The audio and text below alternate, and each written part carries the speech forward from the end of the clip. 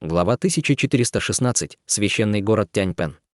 Уверенный в том, что Хань Ли был существом Тяньпэн, Фэн Ся не скрывал своих планов и спокойно сказал: независимо от того, правда ли это, нам лучше скорее вернуться в наш клан. Клан Чижун уже один раз напали на нас, значит, они могут это сделать снова. Боюсь, что нам снова придется полагаться на вашу силу. Двое других смотрели на Хань Ли выжидающим взглядом. Способности Хань Ли были действительно мощными. Если бы член их клана обладал такой огромной силой, им не нужно было беспокоиться о предстоящем пути. Хань Ли пробормотал себе под нос и ответил: «Хорошо. Поскольку я, скорее всего, являюсь существом Тяньпэн, для меня вполне естественно помогать своим собратьям. Поскольку это предоставит ему хорошую возможность вступить в клан Тяньпэн, он определенно не собирался отказываться от нее. Фэн Ся неоднократно поблагодарил его, говоря: «Нам придется вас побеспокоить. Когда мы вернемся, я непременно доложу о ваших заслугах нашим старейшинам». Двое других улыбнулись в ответ. Услышав слово «заслуга», Хань Ли проявил равнодушие. Глядя на окружавшую их голубую сеть, он улыбнулся и сказал: «Давайте больше не будем здесь задерживаться. Я избавлюсь от сети дьявольской ловушки». Сказав это, Хань Ли указал на сеть вдалеке, и серебряная огненная птица, которая кружила над ним, немедленно издала мелодичный звонок, а затем выстрелила в сеть огненным шаром. С легким хлопком серебряное пламя ударило прямо в синюю сеть, мгновенно образовав дыру размером с человека. После этого серебряное пламя быстро распространилось по сети. Огромная синяя сеть была уничтожена всего за несколько мгновений и превратилась в пепел под действием серого пламени. В этом пламени сеть горела, как бумага. Три существа Тяньпэн тупо уставились на происходящее. При виде этого они стали ценить способности Хань Ли еще больше. «Ладно, уходим». Сказав это, Хань Ли сделал жест заклинания руками, и серебряное пламя сгустилось в шар, снова превратившись в огненную птицу. Затем она бесследно исчезла в его теле. Затем группа из 4 человек устремилась за горизонт. По какой-то неизвестной причине для 3 существ Тяньпэн Хань Ли оставался в человеческом облике, поэтому все трое также не стали принимать в свою птичью форму. Они просто пересекли небо шарами серебряного света. Хань Ли очень интересовался способностью племени летающих духов изменять формы, но он не стал опрометчиво развивать эту тему. Он просто использовал в качестве предлога то, что всегда культивировал в других странах, чтобы косвенно расспросить о племени летающих духов и клане Тяньпэн. Эти вопросы не были секретом, поэтому Фэн Ся и остальные с готовностью ответили ему. Таким образом, Хань Ли не только многое понял о племени летающих духов и клане Тяньпэн, но также узнал, что двое младших в группе были братом и сестрой, старшим братом по имени Байлэй и младшей сестрой по имени Байнин. Конечно, 3 существа Тяньпэн также задавали Хань Ли несколько вопросов, но Хань Ли всегда отвечал, что редко встречал других культиваторов из-за того, что долго культивировал в одиночестве. Видя, что Хань Ли не желал разглашать эту информацию, Фэн Ся и другие не хотели продолжать эту тему. Для них было достаточно того, что Хань Ли был существом Тяньпэн. После этого Фэн Ся провел Хань Ли через страну холмов, а затем пролетел через луга и несколько лесов, прежде чем они прибыли к бескрайнему горному хребту. На это потребовалось около месяца. За это время они больше не встречались с существами Чижун, но они встречались со многими низкоранговыми существами Тяньпэн. Однако было жаль, что эти члены, казалось, игнорировали какие-либо внутренние события клана. Таким образом, Фэн Ся и двое почувствовали некоторое облегчение.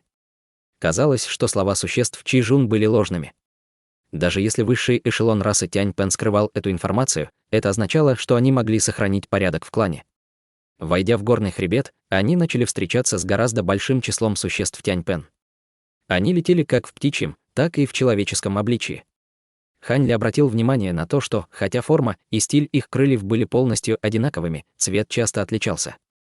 У большинства существ Тяньпэн были лазурные и белые крылья, в то время как у других были серебряные крылья, как у 3 в его группе. Были даже с золотыми и черными крыльями. Однако эти существа Тяньпэн встречались очень редко. Он видел только пару человек по пути. Те, у кого было 3 основных цвета, не представляли из себя ничего особенного, но те, у кого были 2 более редких цвета, отличались. Несмотря на низкий уровень культивации златокрылого существа Тяньпэн, Фэн Ся и двое относились к нему с большим уважением и первыми приветствовали их. Когда мимо них пролетали 2 существа с черными крыльями, они просто проигнорировали их. 2 чернокрылых существа также обладали самым низким уровнем культивации. Хань Ли заметил это и нашел это странным. Но по его опыту, это, вероятно, было связано с табу в клане. Это было не то, о чем он мог бы небрежно расспросить.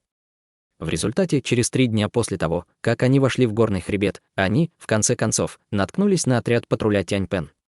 Патруль насчитывал около 30 человек и летел им навстречу. Все они носили белые костяные доспехи и держали серебряные длинные копья. Судя по их ауре, они находились на стадии заложения основ и формирования ядра. Но в случае патрульного отряда их можно было считать элитной группой. Главный мужчина средних лет быстро отсалютовал с улыбкой, как только заметил Фэн Ся. «Приветствую, дух Фэн и лорд Бай. По приказу старейшин вы трое должны явиться в павильон 1000 пен, как только вернетесь. А кто этот господин?» Не успел он это сказать, как тут же странно уставился на Ханьли. Выражение лица Фэн Ся изменилось, когда он услышал это. Затем он сразу представил Ханьли: это брат Хань. Он вырос в чужеземных странах и теперь вернулся в свой клан. «Брат Хань, чувствуй себя как дома, мы познакомим вас со старейшинами. Но сначала вы должны отдохнуть на священной горе. Учитывая ваши способности, старейшины обязательно захотят с вами повидаться». Ханьли равнодушно ответил: «Ничего подобного. Поскольку я впервые в клане, я бы хотел осмотреться. Брат Фэн должен поторопиться». Поразмыслив, Фэн Ся передал Ханьли деревянную пластинку.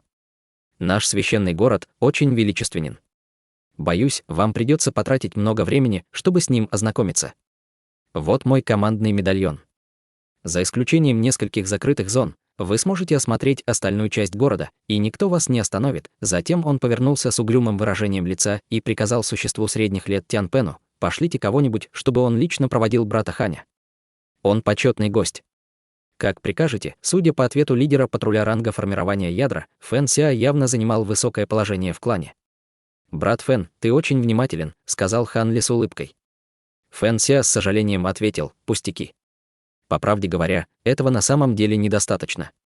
Когда придет время, я лично проведу вам экскурсию в священном городе». Вскоре после этого все трое из его отряда попрощались с Ханли и превратились в больших серебряных птиц, метнувшись прочь. Как только Фэн Ся улетел, Тяньпен средних лет махнул рукой своим подчиненным и указал на 19-летнего мужчину, приказав: «Хуаюй, отведи этого господина в сторожку. Вы должны как следует позаботиться о нем». Человек с внешностью ученого сразу же поклонился, согласившись. Вскоре после этого мужчина средних лет произнес несколько слов и поклонился Ханьли.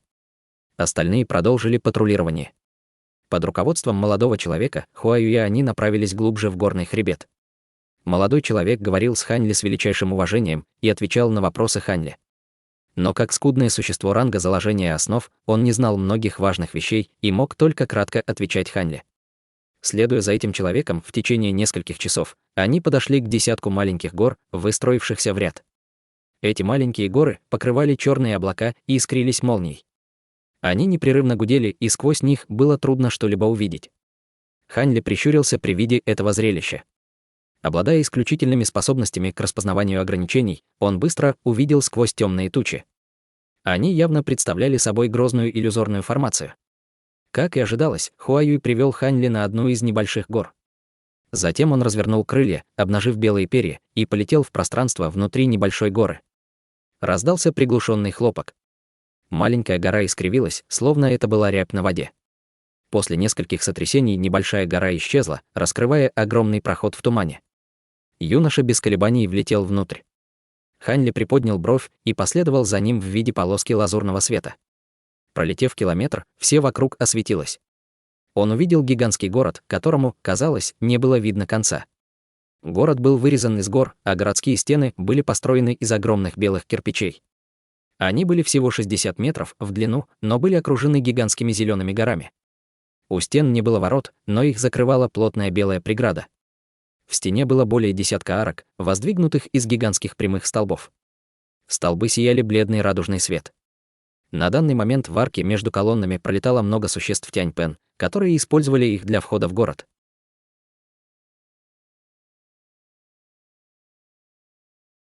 Глава 1417. Башня призрачной печати. Юноша из клана Тяньпен, Хуаюй, подождал, пока Ханьли не добрался до огромного города, и сказал: «Господин, пожалуйста, следуйте за мной». Ханьли кивнул и развернул крылья на спине, а затем последовал за юношей к ближайшей арке. По дороге юноша проявил инициативу и объяснил: господин должен быть осторожен и не отклоняться далеко от небесных столбов. Арки в городской преграде охватывают всего 150 километров вокруг столбов. Городские ограничения Яньпен известны 72 расам племени летающих духов. Только с этими ограничениями мы можем противостоять врагам, которых в несколько раз больше нас. С древних времен городские ограничения снова и снова позволяли нам избежать истребления. Юноша говорил с гордостью. Хотя Хань Ли не изучал городские ограничения, устрашающее духовное давление барьера заставило его почувствовать, что слова юноши правдивы. После этого глаза Хань Ли ярко вспыхнули синим светом, и он начал замечать несколько примечательных мест. Глубоко в ярком белом свете над ними он смог слабо различить парящие серебряные и лазурные нити света. Они выглядели исключительно тонкими, и большая часть устрашающей духовной силы, которую излучал барьер, казалось, исходила от этих нитей. Хань Ли несколько раз пристально посмотрел на них и последовал за молодым человеком мимо огромной колонны. Через мгновение эти двое появились в огромном городе. С первого взгляда было видно, что здания в городе сильно отличались от человеческих построек. Все городские постройки имели форму цилиндров с коническими крышами. Их высота была разной, самые высокие из них достигали более 300 метров в высоту, а маленькие — всего лишь 10 метров. Однако в пределах досягаемости зданий было несколько полукруглых арочных дверей и окон. Особенно удивило Хань Ли то, что почти половина зданий была построена из горных утесов. В некоторых горных отвесах были даже построены пещеры, что напоминало улей. Юноша почтительно сказал: «Мастер, дома для почетных гостей разбросаны по разным районам города. Хотели бы вы остановиться в ближайшем? Он должен быть пустым». «Это не имеет значения». «Давай сделаем, как ты говоришь», — равнодушно ответил Хань Ли. «Да», — почтительно сказал молодой человек и повел Хань Ли на небольшую высоту, позволив ему осмотреть многие достопримечательности города. Они также пролетели мимо многих крылатых мужчин и женщин. Через 2 часа они прибыли к большой группе зданий и приземлились на платформе неподалеку. Платформа была соединена с трехэтажным круглым зданием. Как только они приземлились, 2 молодые женщины с белыми крыльями вышли их поприветствовать. «Это ты, старший брат Хуаюй. Этот господин останется в особняке для почетных гостей». Узнав горничную, Хуаюй торжественно сказал: «Байцуй, это господин Хань. Он — почетный гость духа Фэн Ся. Позаботься о нем должным образом». А ее изящном лице появился след удивления, и она уважительно ответила: «Гость духа Фэн Ся. Я обязательно буду хорошо относиться к этому господину». Хан Ли взглянул на молодую женщину и заметил, что она обладала слабой аурой на стадии уплотнения ци. Он просто кивнул и вошел в здание. Молодая женщина опустила голову и последовала за ним. Хуаюй не решился войти и просто остался ждать снаружи. Мгновение спустя изнутри раздался голос Хань Ли: «Это место мне подходит. Можешь быть свободен». Юноша почувствовал облегчение и, попрощавшись, улетел. На 3-м этаже здания Хань Ли стоял за полукруглым окном и прищурился, наблюдая, как юноша медленно уходит. Служанка по имени Байцуй беспомощно стояла в 10 метрах позади него. Не поворачивая головы, Хань Ли произнес: «Сколько людей в священном городе?» После паузы удивления женщина поспешно ответила: «Священный город был чрезвычайно велик. Хотя подробных отчетов не насчитывается как минимум 40 миллионов человек». 40 миллионов? Так мало. Подозрительно произнес Хань Ли. Женщина поспешно объяснила: только те, кто может культивировать до такой степени, что они могут принимать духовную форму, могут войти в город. Члены клана, которые имеют меньший уровень культивации и не могут трансформироваться, не имеют квалификации для присоединения к городу. Хотя мы являемся одной из самых слабых ответвлений племени летающих духов, наша численность по-прежнему превышает 1 миллиард. «От как?» — сказал Хань Ли с пониманием. Она украдкой взглянула на Хань Ли и, немного помедлив, спросила: «Господин, вы впервые в священном городе? Много ли таких почетных гостей, как я, впервые вошли в священный город?» Равнодушно спросил Хань Ли. Женщина осторожно объяснила: «Господин, должно быть, шутит. Очень немногие люди останавливаются в доме для почетных гостей, и если это не представители внешнего племени, которые зарегистрировались в первый раз, то они являются соплеменниками, прибывшими в священный город по делам. Удивляться тут нечему. Я впервые вернулся в клан. До этого я культивировал за границей», — спокойно сказал Хань Ли, а затем он спросил, есть ли в продаже карты священного города. «Если есть, скажите, где, и я куплю их». Служанка почтительно сказала: «Господину не нужно выходить на улицу и покупать карту. Для важных гостей, проживающих в гостевых домах, подготовлена специальная карта. Ее детализация намного превосходит то, что продается. Хань Ли удивился, но тут же приказал: это очень хорошо. Тогда дай мне одну. Да, мой господин. Горничная отступила на 2 шага и быстро спустилась вниз. Хань Ли встал на свое прежнее место у окна и начал размышлять о своих планах на будущее. Он хотел внедриться в расу Тянь-Пен, чтобы получить редкие материалы, которыми располагало племя летучих духов. Сокровища и инструменты не особо его интересовали. Хотя он видел только битву с участием племени летающих духов, они, похоже, не слишком полагались на сокровища и инструменты в бою. Было неизвестно, были ли они искусны в культивации инструментов, или же высокоранговые существа в племени летающих духов не обращали внимания на обычные инструменты.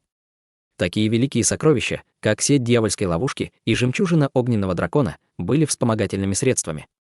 Однако это все еще не вызывало у него особого интереса. Пока он мог добыть полезные материалы, поездка сюда стоила бы того. Что касается ссоры между Тянь-Пеном и другими ответвлениями племени летающих духов, он не был заинтересован в том, чтобы вмешиваться в это. Пока Хань Ли размышлял над этими мыслями, служанка вернулась на 3-й этаж с изумрудно-зеленой бамбуковой трубкой длиной всего несколько дюймов. Несмотря на размер, на его поверхности поблескивал странный блеск. Почувствовав некоторое удивление, Хань Ли быстро протянул руку к предложенной ему трубке. От порыва ветра зеленая полоса вылетела и попала ему в руку. После этого он махнул ей рукой, и служанка сразу же покинула комнату. Оставшись в одиночестве, Хань Ли с большим интересом возился с бамбуковой трубкой в руке. Затем он погрузил в нее свое духовное чутье и увидел огромного человека, отчетливо выгравированного на внутренней части трубки. Трубка была похожа на нефритовую пластинку, но все же было довольно необычно производить нечто похожее на нефритовую пластинку с изысканным бамбуком. Оказалось, что племя летающих духов не лишено совершенства в инструментах и обладало своей уникальностью. В любом случае духовное чутье Хань Ли быстро сосредоточилось на внутренней части трубки и на изображении карты. Через промежуток времени, за который можно было закончить обед, он вздохнул и убрал свое духовное чувство из трубки, а на его лицо отразилось задумчивое выражение. Священный город оказался немного меньше, чем он ожидал. Он был похож на человеческий город, в котором проживало 100 миллионов человек. Во всяком случае, город оставался поразительно большим. Чтобы перелететь из одного конца города в другой, требовалась большая часть дня. Хань Ли не очень интересовали здания, кроме самого большого торгового зала в городе. Зал был построен на огромной горе в стороне от города. Гора была местом, где люди торговали различными предметами. Это было примерно так же, как на рынке людей или демонов. Помимо этого здания, Хань Ли также интересовался местом, называемым залом духовного перемещения. Именно этот зал Тянь-Пен специализировался на предоставлении высокоранговых навыков культивации своим членам клана. На карте также были отмечены несколько запретных зон. Хань Ли обратил на них внимание и не хотел преследовать их дальше. Затем он закрыл глаза и запомнил различные части карты. Перебрав информацию еще раз, он расправил крылья и окутал себя лазурным светом. Затем он молча вылетел в окно прямо в большой торговый зал. В расе Тянь-Пен ситуация была нестабильной. Он не хотел оставаться в этом месте больше полугода. Было бы лучше, если бы он собрал необходимые материалы и уехал как можно скорее, во избежание каких-либо неприятностей. Однако Хань Ли не хотел привлекать к себе слишком много внимания, поэтому он летел с меньшей скоростью, чем другие существа Тянь-Пен в городе. Поскольку торговый зал находился на окраине города, Хань Ли пролетел полпути всего за четверть часа. В этот момент он заметил огромную башню недалеко от себя. Ее высота превышала 2 километра, и она имела форму восьмиугольника, каждая сторона которого выглядела плоской и гладкой, если не считать нескольких особых талисманных иероглифов на каждой стороне. Эти рисунки испускали слабую черную ци, которая вызывала у Хань Ли знакомое чувство. На вершине башни было несколько кристаллов высотой 3 метра, которые испускали семицветный свет, покрывающий башню. Черная ци, казалось, была в ловушке радужного светового барьера, не давая ей вырваться. Хань Ли удивленно погладил подбородок. Если он правильно запомнил, башня должна быть запретной зоной в городе. Это была так называемая башня печати духов, описания которой не было. Не было ни одного Тянь-Пена, который осмелился бы пролететь 300 метров в пределах досягаемости башни.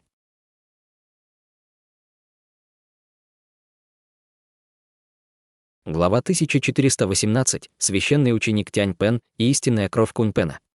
Черный цкий туман. Знакомая мысль промелькнула в голове Хань Ли. Черный туман, исходивший из каменной башни, был странным туманом, окутавшим половину полуострова, на котором он остановился. Однако туман от башни был очень тонким, словно его строго контролировали. Хань Ли немного встревожился, но поскольку это была ограниченная территория расы Янь-Пен, он не собирался навлекать на себя неприятности.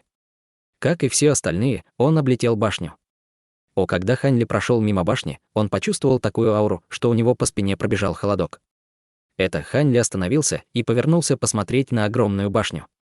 Он просто увидел, как огромная башня продолжает излучать черный адский туман.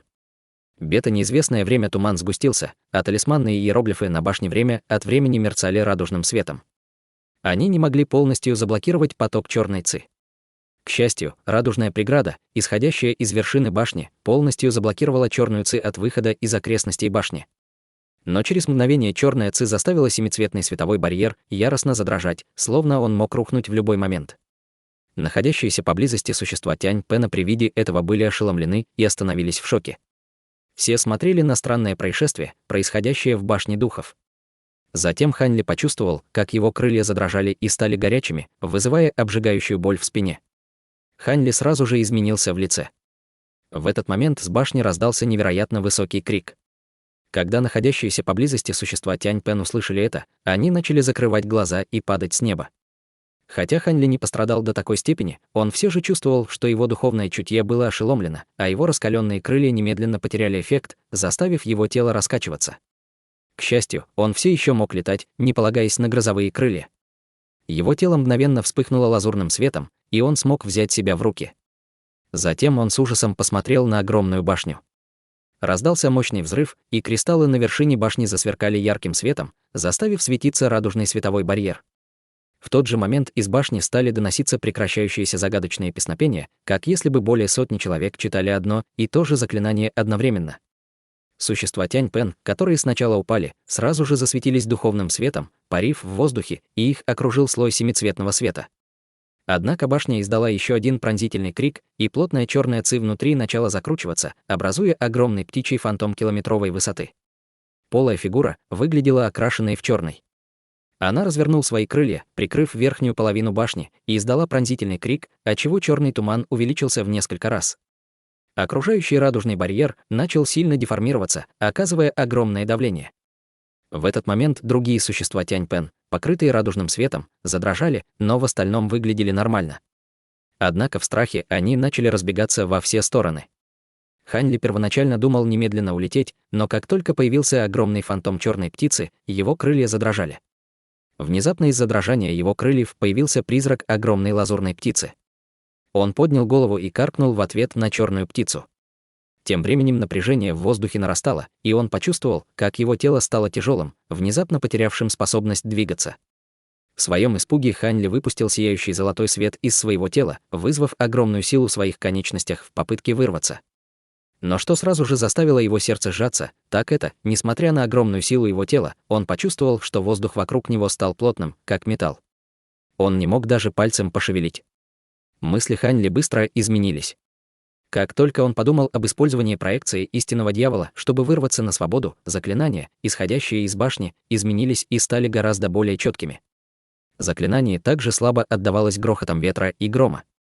Вскоре после этого в воздухе возле башни стали появляться странные талисманы и поплыли в направлении черной птицы.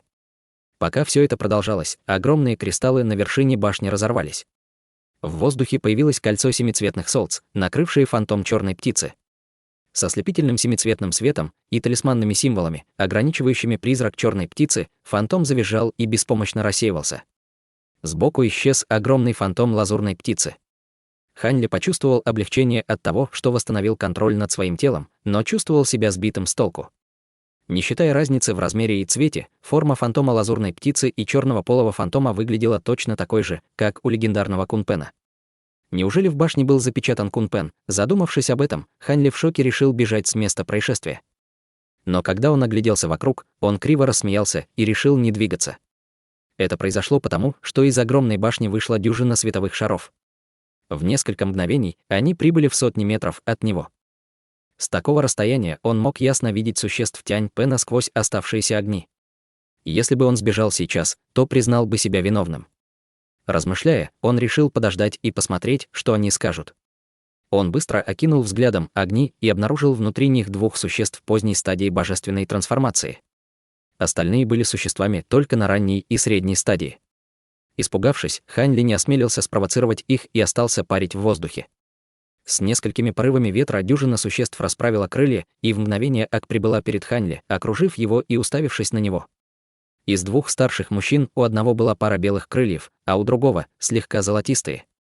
У одного из них было доброе лицо, в то время как другой выглядел строгим, но, как и все остальные, они пристально смотрели на Хань Ли со странным выражением на лице. Хотя Хань Ли на самом деле не боялся существ Тянь Пен, он почувствовал некоторую тревогу из-за сложившейся ситуации. Он выдавил из себя улыбку и спросил: «Могу я спросить, почему вы окружили меня?» Совершенно вопреки его ожиданиям, белокрылый старик почтительно спросил: «Брат, как тебя зовут?» «Твое лицо совершенно незнакомое. Ты из тех, кто недавно вошел в священный город?» Немного подумав, Хань Ли ответил: «Моя фамилия Хань. Я культивировал за границей и только сегодня прибыл в город». Видя, что существа Тянь Пен не проявляют никаких враждебных намерений, он решил дать ответ. «Ты из-за границы и только сегодня вошел в город?» Ответ Хань Ли сильно шокировал стариков, но вскоре они переглянулись, и на них появилось выражение радости. Суровый старик торжественно сказал: «Хорошо, очень хорошо. Независимо от того, откуда прибыл брат Хань, у тебя хватило Ци Тянь Пен, чтобы спровоцировать дух Кун Пена в башне. Ты мог бы получить титул священного ученика и унаследовать истинную кровь Кун Пена. Истинная кровь Тянь Пена». Хань Ли был потрясен. Если бы это было раньше, Хань Ли не понял бы, что это означает, но с истинным кровью дракона и небесного феникса в своем браслете он понимал, насколько редким был этот предмет. Хань Ли был поражен тем, что такая удача предстала перед ним. Но потом Хань Ли понял, что ему не хватает уверенности в себе. Он не был настоящим Тянь Пеном. Как он мог стать их священным учеником? При ближайшем рассмотрении его маскировка будет раскрыта. Он не унаследует настоящую кровь, а вызовет ненависть и гнев бесчисленных существ Тянь Пен. Хан Ли сухо усмехнулся и покачал головой: «Вы ошибаетесь. Я обычного происхождения. Каким образом я смогу унаследовать истинную кровь? Это не я спровоцировал произошедшее в башне». Златокрылый старик, казалось, проигнорировал слова Хань Ли и улыбнулся, сказав: «Брату Хану нет необходимости уклоняться от этого. Из твоего тела появилась истинная духовная проекция. Мы все находились в башне и видели это. Мы не могли ошибиться. Брат Хань должен прекрасно понимать старейшин. Возможность стать священным учеником — вопрос первостепенной важности». Хань Ли мысленно выругался и огляделся. Он увидел, что существа Тянь Пен смотрят на него с волнением и решимостью. «Я действительно не священный ученик. Ничего страшного, если вы мне не верите. Однако у меня есть важное дело, поэтому я должен попрощаться с вами». Хань Ли решился и быстро произнес несколько слов, а затем растворился в тумане. Он взмахнул крыльями, желая использовать свои способности, чтобы улететь на расстояние, но в этот момент он услышал женский голос. «Посторонний, подожди. Вы действительно планируете уехать?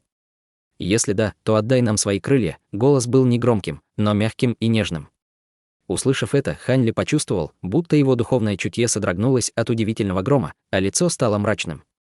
Как только эти слова были произнесены, близлежащее пространство заколебалось, и в 10 метрах над ним беззвучно появилась стройная фигура. Это была женщина в белом с золотыми крыльями. Хань Ли уставился на нее и почувствовал, как его кровь застыла в жилах. У нее была обычная внешность, но сияющий свет блуждал по ее телу. По ее ауре он чувствовал, что ее культивация была на неизмеримо высоком уровне. Она была на средней стадии интеграции тела. Хань Ли широко открыл глаза. «Мы отдаем дань уважения великому старейшине». Существа Тянь Пен стадии божественной трансформации почтительно отсалютовали молодой женщине, как только она появилась. Эта женщина на самом деле была старшей старейшиной расы Тянь Пен. Хань Ли почувствовал, как у него во рту пересохло. Женщина спокойно скомандовала: «Позвольте мне разобраться с этим человеком. Вы должны вернуться в башню и укрепить печать, в свою очередь успокоив Святой Дух Кун Пен. Как прикажете». В знак своего уважения они немедленно выполнили приказ и вернулись. Затем молодая женщина обратила внимание на Хань Ли.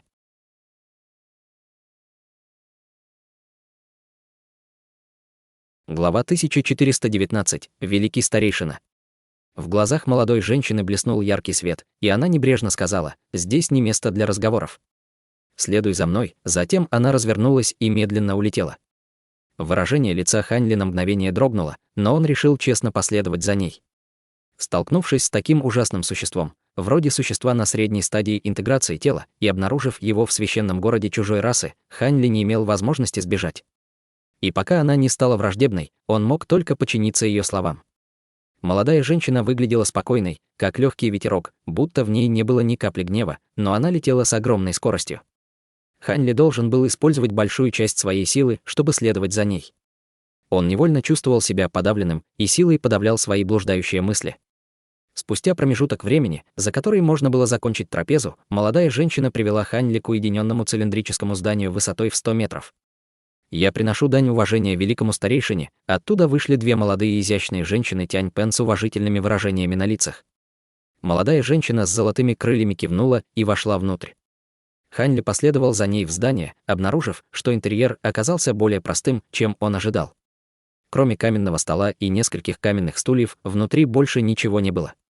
Молодая женщина махнула рукой, и две служанки вышли. Затем она села и слегка пошевелила губами, произнеся: «Сядь. У меня есть вопросы. Как я могу сесть перед старшим?» «Я буду слушать вас с полным вниманием», — спокойно сказал Хань Ли. «Делай, как хочешь», — равнодушно ответила женщина. Хань Ли остался стоять прямо и неподвижно. Поразмыслив, она спросила: «Вы человеческий культиватор?» Пораженный ее вопросом, Хань Ли осторожно спросил: «Вы бывали раньше у людей?» Свободно владея человеческим языком, она сказала: «Конечно, я даже посещала одного из 3 ваших великих монархов. Я восхищаюсь их выдающимися достижениями в технике марионеток. По правде говоря, в племени летающих духов было много могущественных существ, которые посещали людей. Я отвечу на твои вопросы о дружеских отношениях между нашими расами, но я ожидаю, что ты ответишь и на мои вопросы». В противном случае, когда Хань Ли услышал ее угрозу, его спокойное выражение лица на мгновение прервалось. «Как старший увидел мою маскировку? Я усовершенствовал свои грозовые крылья до конца. Я даже изменил их ауру с помощью секретных техник, чтобы она соответствовала вашему клану. Пока мою истинную сущность не осматривал старший вашего уровня, никто не должен был быть в состоянии обнаружить что-либо неправильное. В противном случае я бы не решился вступить в клан». Этот вопрос оставил его в недоумении. Девушка улыбнулась и ответила: «Твое преобразование полностью завершено. Ци Кун Пена в твоем теле позволила тебе пройти через великие ограничения священного города незамеченными. Если ты столкнешься с другими старейшинами в клане, ты, скорее всего, пройдешь мимо них, если они не захотят намеренно исследовать тебя. Однако я другая. Как великий старейшина, я владею священным артефактом, символом власти в клане. Священный артефакт нашего Тянь Пен может видеть сквозь все иллюзии и непосредственно вглядываться в истинную сущность твоего тела. Какими бы впечатляющими ни были твои иллюзии, они бесполезны против меня». Хань Ли внезапно осознал, но вскоре почувствовал себя очень мрачным. Хань Ли криво рассмеялся: «То есть, если бы я пошел к другим ответвлениям вашего племени, меня бы не обнаружили?» Молодая женщина ухмыльнулась и ответила: «Из 72 ответвлений только священный артефакт расы Юйшуй обладает подобной способностью». Хань Ли на мгновение замолчал. В конце концов он спросил, что общего у священного ученика и истинной крови Кун Пена с тем, что запечатан в башне духовной печати. Молодая женщина объяснила: башня духовной печати содержит меньшую половину священной души истинного предка Кун Пена, которая была собрана за астрономические деньги в наш золотой век. Полагаясь на силу священной души, наша раса Тянь Пен смогла просуществовать до сегодняшнего дня, но тебе не нужно знать подробности.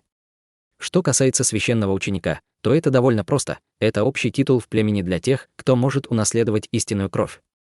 Если священный ученик действительно способен унаследовать священную истинную кровь расы и выдержит испытание, он может стать священным мастером расы. Хань Ли не удивился ее словам. Он уже догадался об этом. Он даже не был склонен продолжать тему священного мастера. Девушка моргнула и спросила: «Похоже, у тебя больше нет вопросов ко мне, так что теперь моя очередь. Крылья на твоей спине должны быть усовершенствованы чем-то от Кун Пена, и это заставило священный дух вырваться из башни печати духов. Это крайне редко происходит с момента создания башни». Хань Ли нахмурился и честно ответил: «Ничего особенного. Я усовершенствовал остатки пера Кун Пена». Молодая женщина с сомнением сказала: «Перо Кун Пена? Этого не может быть. Даже если бы это было целое перо Кун Пена, оно не должно было спровоцировать священный дух до такой степени. Я сам в этом не уверен, Хань Ли покачал головой, будучи тоже сбитым с толку. Пробормотав себе под нос, она равнодушно сказала: «Передай мне свое крылатое сокровище для осмотра». Сердце Хань Ли дрогнуло, но когда он встретился с ее яркими, похожими на драгоценные камни глазами, он колебался всего секунду, а затем потряс плечом. Во вспышке белого света крылья исчезли и снова появились в его руках в виде миниатюры. Хань Ли поднял руку и передал ей маленькие хрустальные крылышки. Неожиданная напористость Хань Ли удивила великую старейшину. Она долго смотрела на безмятежное лицо Хань Ли и в конце концов с улыбкой взяла крылья. Хотя на его лице не было ничего странного, он мог только криво рассмеяться про себя. Если бы он не столкнулся с культиватором средней стадии интеграции тела, он бы не стал показывать свои крылья. Даже если бы его насильно задержали, он, скорее всего, все еще смог бы использовать пространственные способности крыльев и напрямую призвать их обратно. Иначе он бы их точно не отдал. Молодая женщина взяла в руки грозовые крылья и какое-то время молча их изучала. Вскоре на ее лице появилось любопытное выражение. Она щелкнула пальцем и отправила крылья обратно в направлении Хань Ли. С облегчением Хань Ли приказал крыльям тихо исчезнуть во вспышке белого света и через мгновение снова появиться у него на спине. Молодая женщина выглядела равнодушной и медленно спросила: «По правде говоря, на крыльях есть не только перо истинного предка Кунпена, но и небесного феникса.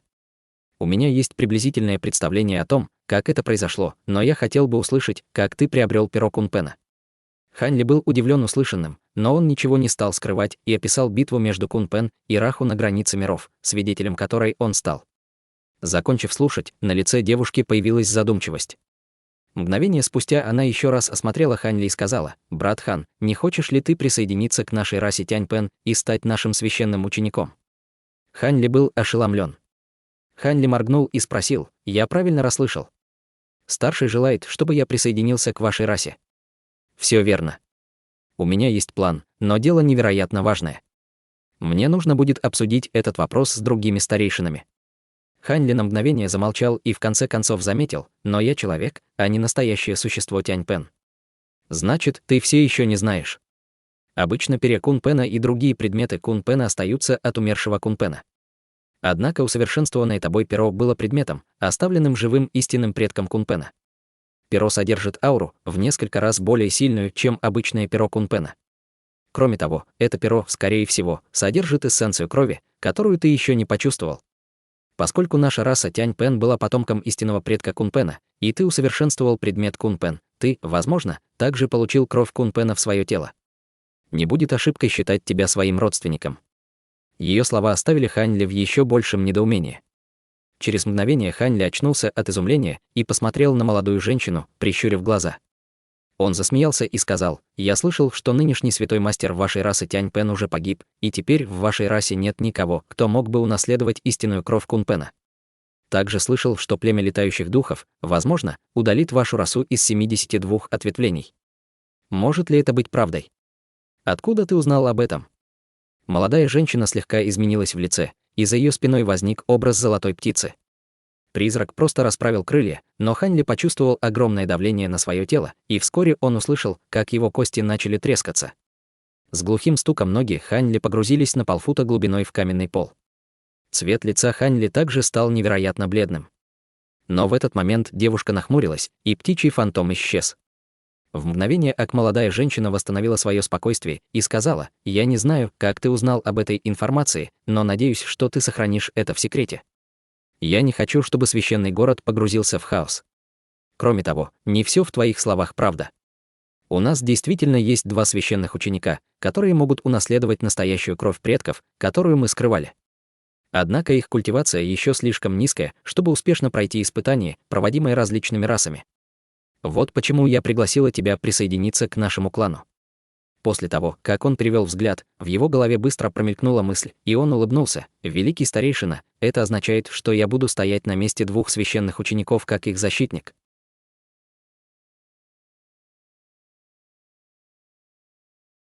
Глава 1420. Торговый зал. Молодая женщина спокойно сказала: «Верно. Хотя у тебя есть квалификация, чтобы присоединиться к нашей расе Тяньпен, ты в конце концов человек. Даже если ты пройдешь испытание, ты не сможешь стать священным мастером нашей расы. Однако господин Даосист Хань может оказать поддержку двум другим священным ученикам как один из священных учеников и помочь им пройти испытание. Если ты согласишься, я не буду относиться к тебе несправедливо. Ты не только сможешь впитать в себя немного истинной крови Кун Пена, но мы также отблагодарим тебя и другими способами. Такая удача заставила бы обычного человека обрадоваться и сразу согласиться, но Хань Ли просто моргнул и не стал сразу же отвечать. Молодая женщина не стала его уговаривать и просто осталась сидеть, глядя на него. Спустя промежуток времени, за который можно допить чашку чая, Хань Ли в конце концов сказал: «Раз старшая решила пригласить такого постороннего, как я, в вашу расу, чтобы он стал священным учеником, испытание должно быть довольно опасным. Не могли бы вы сначала рассказать мне об этом?» Это правда, что испытание очень опасно. У учеников различных рас есть от 60 до 70% вероятности неудачи и травмы. Более того, культивация священного ученика должна быть на уровне генерала летающего духа, что известно вам, людям, как стадия божественной трансформации. Но теперь наш священный мастер неожиданно скончался, а наши священные ученики только ранней стадии духовного генерала. Они еще не готовы. Если они попытаются провести испытание, они, скорее всего, потерпят неудачу. Хотя я мало что знаю о твоих способностях, поскольку ты смог пересечь большую часть континента Тянь-Юань досюда, твоя сила должна быть значительной. Даже с учетом опасности в испытании, это не должно быть проблемой для тебя. Глаза Хань Ли зашевелились, и он торжественно спросил: «Они только на ранней стадии духового генерала?» «Не волнуйся, я не стану тебя обманывать», — молодая женщина улыбнулась. Задумавшись, Хань Ли в конце концов сказал: «Мне нужно время, чтобы обдумать это». Молодая женщина выглядела спокойной, как будто ожидая такого ответа. Вопрос чрезвычайно важный, поэтому я ждала такого ответа. «Что скажешь, если я дам тебе 3 дня подумать? В это время ты сможешь свободно бродить по городу, и никто не будет тебя беспокоить. Кроме того, я назову тебе свое имя Цзинь Юэ. Запомни его». Хань Ли произнес слово благодарности и без колебаний попрощался. Когда Хань Ли ушел, он расплылся и бесследно исчез. Цзинь Юэ улыбнулась и отхлебнула чая, стоявшего на столе. «Великий старейшина, ты действительно отпустила его». От стены вспыхнул серый свет, и появились 2 существа Тянь Пен. Цзинь Юэ взглянула на высокого рыжебородого старика и спросила: «Что? Как ты думал, я буду относиться к этому человеку?» Высокий рыжебородый старик потер руки и сказал: «Нам нет нужды выдавать чужое существо за нашего священного ученика. Не лучше ли заставить его отдать крылья и выбрать кого-нибудь, кто лучше унаследует настоящую кровь?» Молодая женщина ухмыльнулась и прямо ответила: «Если бы это было так просто, зачем мне было говорить все это чужеземному существу? Я бы просто убила его и отрубила крылья». Миниатюрная красивая женщина, стоявшая рядом со стариком, поспешно поправила халат и почтительно сказала: «Значит, великий старейшина хочет сказать». Цзинь Юэ на мгновение задумалась и объяснила: «Я считаю, что люди лучше всех понимают Янь Пен. Люди отличаются от нас тем, что обладают обычными телесными способностями, а большая часть их способностей заключается в усовершенствованных ими сокровищах. Кроме того, они могут долго закаливать свои сокровища и тщательно усовершенствовать их сами. Мы можем забрать его и завладеть им, но будет трудно избавить сокровище от отметин первоначального мастера за короткий промежуток времени. Кроме того, мощь сокровища значительно уменьшится по сравнению с тем, когда оно использовалось его первоначальным мастером.